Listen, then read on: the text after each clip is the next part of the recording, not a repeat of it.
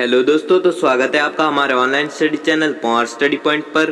तो दोस्तों, आज हम जनरल अवेयरनेस के टॉप 25 अति महत्वपूर्ण प्रश्नों के बारे में बात करेंगे जो आपके आने वाले एग्जाम के लिए बहुत ही महत्वपूर्ण हैं। इसलिए हर प्रश्न को आप बारीकी से समझें और ध्यानपूर्वक पढ़ें। ये सभी प्रश्न भारत में आयोजित सभी प्रतियोगी परीक्षाओं के लिए अति महत्वपूर्ण प्रश्न है, इसलिए वीडियो को आप जरा भी स्किप ना करें क्योंकि वीडियो आपके लिए बहुत ही हेल्पफुल होने वाला है। तो चलो वीडियो को शुरू करते हैं।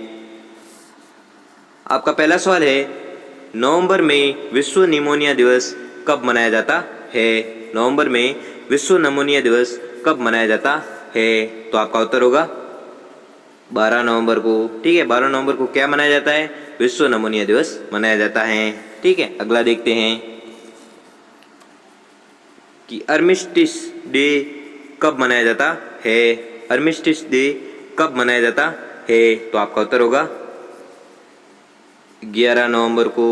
ठीक है, कब मनाया जाता है? 11 नवंबर को। अगला देखते हैं कि गुरु नानक देव जी की 550वीं जयंती किस वर्ष मनाई गई थी? गुरु नानक देव की 550वीं जयंती किस वर्ष मनाई गई थी? तो आपका उत्तर होगा 2019 को नवंबर में मनाई गई थी। ठीक है, नवंबर में 2019 को बनाई गई थी।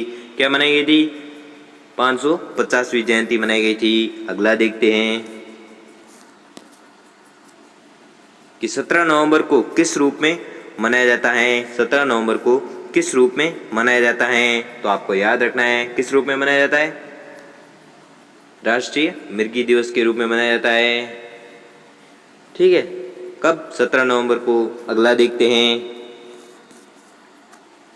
कि अंतर्राष्ट्रीय सहिष्णुता दिवस किस दिन मनाया जाता है? अंतर्राष्ट्रीय सहिष्णुता दिवस किस दिन मनाया जाता है? तो आपका उत्तर होगा 16 नवंबर को। ठीक है, 16 नवंबर को क्या मनाया जाता है? अंतर्राष्ट्रीय सहिष्णुता दिवस मनाया जाता है। अगला देखते हैं वर्ल्ड टॉयलेट डे कब मनाया जाता है? वर्ल्ड टॉयलेट डे कब मनाया जाता है? तो आपका उत्तर होगा 19 नवंबर को। ठीक है, वर्ल्ड टॉयलेट डे कब मनाया जाता है? तो आपको याद रखना है 19 नवंबर को मनाया जाता है। अगला देखते हैं विश्व टेलीविजन दिवस किस वर्ष में स्थापित किया गया था? विश्व टेलीविजन दिवस किस वर्ष में स्थापित किया गया था? तो आपका उत्तर होगा 1996 को। ठीक है, अगला देखते हैं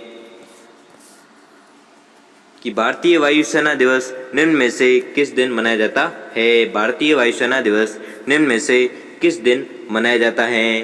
तो आपका उत्तर होगा 8 अक्टूबर को। ठीक है, 8 अक्टूबर को क्या मनाया जाता है? भारतीय वायुसेना दिवस मनाया जाता है। अगला देखते हैं कि हाल ही में किस भारतीय महिला पहलवान ने हरियाणा के खेल और युवा विभाग में उप निदेशक पद से इस्तीफा दे दिया? हाल ही में किस भारतीय महिला पहलवान ने हरियाणा के खेल और युवा विभाग में उप निदेशक पद से इस्तीफा दे दिया है? तो आपका उत्तर होगा वह थी बबीता फोगाट, जिसने युवा विभाग में उप निदेशक पद से इस्तीफा दे दिया। वह कहाँ की थी? हरियाणा की थी और नाम क्या है? बबीता फोगाट। अगला देखते हैं कि केंद्र सरकार ने 15 अक्टूबर से कितने फीसदी जनता के साथ सिनेमाघर खोलने की इजाज़त दे दी है? केंद्र सरकार ने 15 अक्टूबर से कितने फीसदी जनता के साथ सिनेमाघर खोलने की इजाज़त दे दी है? तो आपको याद रखना है कितने फीसदी? 50%। ठीक है, 50% सिनेमाघर खोलने की इजाज़त दे दी है। अगला देखते हैं कि यूजीसी ने हाल ही में देश के कितने विश्वविद्यालयों को फर्जी घोषित किया है? यूजीसी ने हाल ही में देश के कितने विश्वविद्यालयों को फर्जी घोषित किया है? तो आपको याद रखना है कितने? 24 विश्वविद्यालयों को फर्जी घोषित किया गया है। कितने? 24 को। और किसने किया है? यूजीसी ने। अगला देखते हैं कि हाल ही में अमेरिका के किस मशहूर सिंगर का 80 वर्ष की उम्र में निधन हो गया? हाल ही में अमेरिका के किस मशहूर सिंगर का 80 वर्ष की उम्र में निधन हो गया है? तो आपको याद रखना है वह थे जॉनी नेस। जॉनी नेस थे जिनका 80 वर्ष की उम्र में निधन हो गया है। वह कहाँ के थे? अमेरिका के मशहूर सिंगर थे। अगला देखते हैं कि केंद्र सरकार ने हाल ही में किसे आरबीआई का डिप्टी गवर्नर नियुक्त किया है? केंद्र सरकार ने हाल ही में किसे आरबीआई का डिप्टी गवर्नर नियुक्त किया है?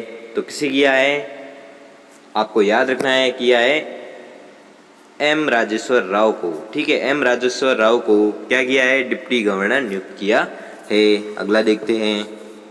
अगला सवाल है, विश्व बैंक ने चालू वित्त वर्ष में सकल घरेलू उत्पाद जीडीपी में निम्न में से कितने प्रतिशत गिरावट का पूर्वानुमान लगाया है? विश्व बैंक ने चालू वित्त में सकल घरेलू उत्पाद जीडीपी में निम्न में से कितने प्रतिशत गिरावट का अनुमान लगाया है? तो आपको याद रखना है 9.6%। ठीक है, 9.6% गिरावट का पूर्वानुमान लगाया है। कितने परसेंट? 9.6%। अगला देखते हैं कि केंद्र सरकार ने 3 प्रतिष्ठित अर्थशास्त्रियों असीमा गोयल, जयंत और वर्मा और किसको एमपीसी के सदस्य के रूप में नियुक्त किया है?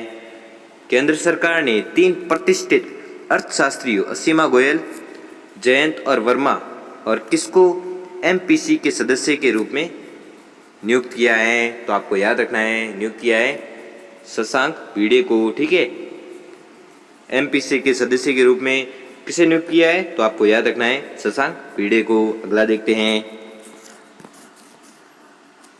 कि हाल ही में किस देश ने हाइपरसोनिक क्रूज मिसाइल जिरकॉन का सफल परीक्षण किया है? हाल ही में किस देश ने हाइपरसोनिक क्रूज मिसाइल जिरकॉन का सफल परीक्षण किया है? तो वह देश है रूस। रूस देश ने हाइपरसोनिक क्रूज मिसाइल जिरकॉन का सफल परीक्षण किया है। किसने? रूस ने। अगला देखते हैं कि निम्न में से किस खिलाड़ी ने पहली बार इटालियन ओपन टेनिस टूर्नामेंट 2020 जीत लिया? निम्न में से किस खिलाड़ी ने पहली बार इटालियन ओपन टेनिस टूर्नामेंट 2020 जीत लिया है? तो आपको याद रखना है सिनेमा हालेप। ठीक है, सिनेमा हालेप है जिसने पहली बार इटालियन ओपन टेनिस टूर्नामेंट 2020 जीत लिया। इसने सिनेमा हालेप ने। अगला देखते हैं कि दुनिया की सबसे ऊंची पर्वत माउंट एवरेस्ट के शिखर पर ऑक्सीजन सिलेंडर के बिना 10 बार चढ़ने वाले नेपाल के किस प्रसिद्ध पर्वतारोही का हाल ही में निधन हो गया है? दुनिया की सबसे ऊंची पर्वत चोटी माउंट एवरेस्ट के शिखर पर ऑक्सीजन सिलेंडर के बिना 10 बार चढ़ने वाले नेपाल के किस प्रसिद्ध पर्वतारोही का हाल ही में निधन हो गया है? वह थे, कौन थे? अंगरीता शेरपा। ठीक है, अंगरीता शेरपा थे जो बिना सिलेंडर के माउंट एवरेस्ट पर 10 बार चढ़े गए थे। ठीक है, बिना सिलेंडर के माउंट एवरेस्ट पर 10 बार चढ़ गए थे, जिनका हाल ही में निधन हो गया था। और वह कौन थे? अंगरीता शेरपा। अगला देखते हैं कि विश्व अल्जाइमर दिवस निम्न में से किस दिन मनाया जाता है?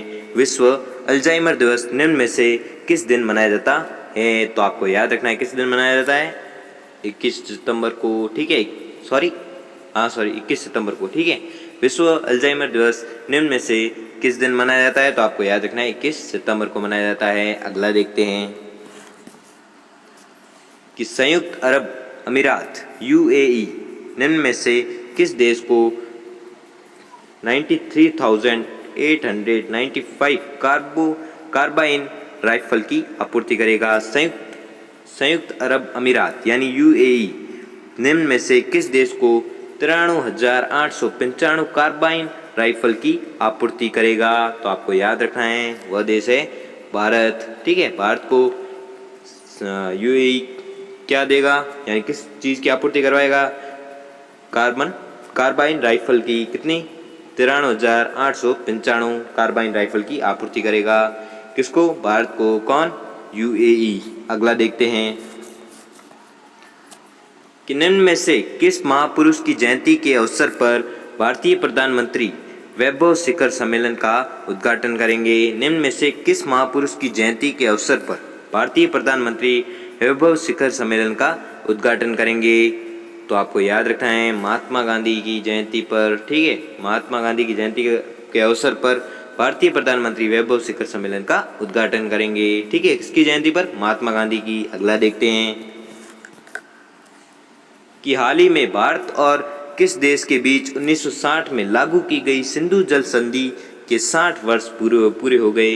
हाल ही में भारत और किस देश के बीच 1960 में लागू की गई सिंधु जल संधि के 60 वर्ष पूरे हो गए हैं। तो आपको याद रखना है पाकिस्तान के साथ हैं।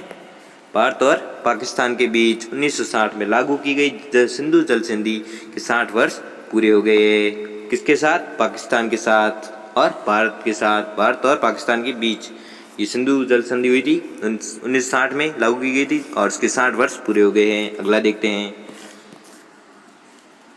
कि हाल ही में किस देश में राष्ट्रीय हिस्पैनिक विरासत माह की शुरुआत हुई। हाल ही में किस देश में राष्ट्रीय हिस्पैनिक विरासत माह की शुरुआत हुई। तो आपको याद रखना है अमेरिका, ठीक है, अमेरिका देश में राष्ट्रीय हिस्पैनिक विरासत माह की शुरुआत हुई है। अगला देखते हैं कि फोर्ब्स की तरफ से जारी रैंकिंग में कौन लगातार 13वें साल भारत के सबसे अमीर लोगों की सूची में पहला स्थान है। फोर्ब्स की तरफ से जारी रैंकिंग में कौन लगातार 13वें साल भारत के सबसे अमीर लोगों की सूची में पहला स्थान पर है। तो आपको याद रखना है मुकेश अंबानी, ठीक है, मुकेश अंबानी जो फोर्ब्स की तरफ से जारी रैंकिंग में 13वें साल भारत के सबसे अमीर लोगों की सूची में पहले स्थान पर आते कौन, मुकेश अंबानी। अगला देखते हैं कि हाल ही में किस केंद्रीय मंत्री एवं एलजेपी नेता का 74 वर्ष की उम्र में बीमारी के कारण निधन हो गया। हाल ही में किस केंद्रीय मंत्री एवं एलजेपी नेता का 74 वर्ष की उम्र में बीमारी के कारण निधन हो गया है, वह कौन थे। तो आपको याद रखना है वह थे रामविलास पासवान, ठीक है, जिनका हाल ही में केंद्रीय मंत्री एवं एलजेपी नेता का 74 वर्ष की उम्र में बीमारी के कारण निधन हो गया था, वह कौन थे, रामविलास पासवान, ठीक है। तो दोस्तों आपने 25 में से कितने प्रश्न सही किए हैं वे हमें जल्दी से जल्दी कमेंट में ज़रूर बताएं। और अगर आपको वीडियो अच्छा लगा हो तो वीडियो को लाइक कर लीजिए और डेली जनरल अवेयरनेस के क्वेश्चन देखने के लिए हमारे चैनल को सब्सक्राइब और बेल आइकन को प्रेस कर लीजिए, जिससे कि हमारी वीडियो की नोटिफिकेशन आपको मिलती रहेगी। धन्यवाद।